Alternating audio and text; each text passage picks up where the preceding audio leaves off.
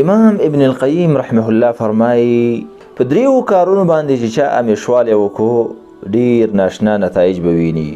فرمایي من ادام التسبیح انفجرت اساریره. وی کوم انسان چې په تسبیح د الله جل جلاله باندې امیشوالی کوي، وی د هغه پټ کارونه، هغه پټ مشکلات، هغه به ول الله کولاوي، هغه به ورته اسانیږي.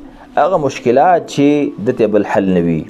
سبحان الله ویل دا ډیره. دویم کار ومن ادام الحمد تتابعت عليه الخيرات.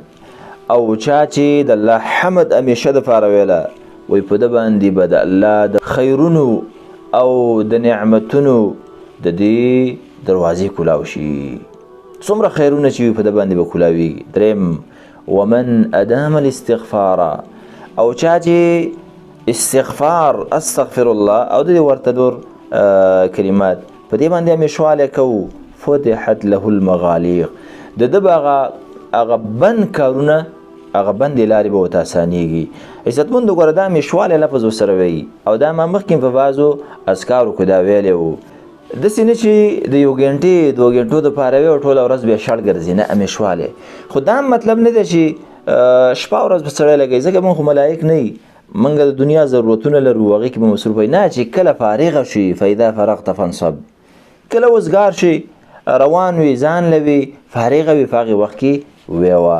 همیشوالی په دې باندې وکړه او بیا خپل مشکلاتو حل وینه، د الله خیرونه د هغې نازلېدل په تا باندې، او همدغه رنګې ستا پټ کارونه او اسرار د هغې کولاوېدل او د ژوند خوشحالۍ نه بې ګوره.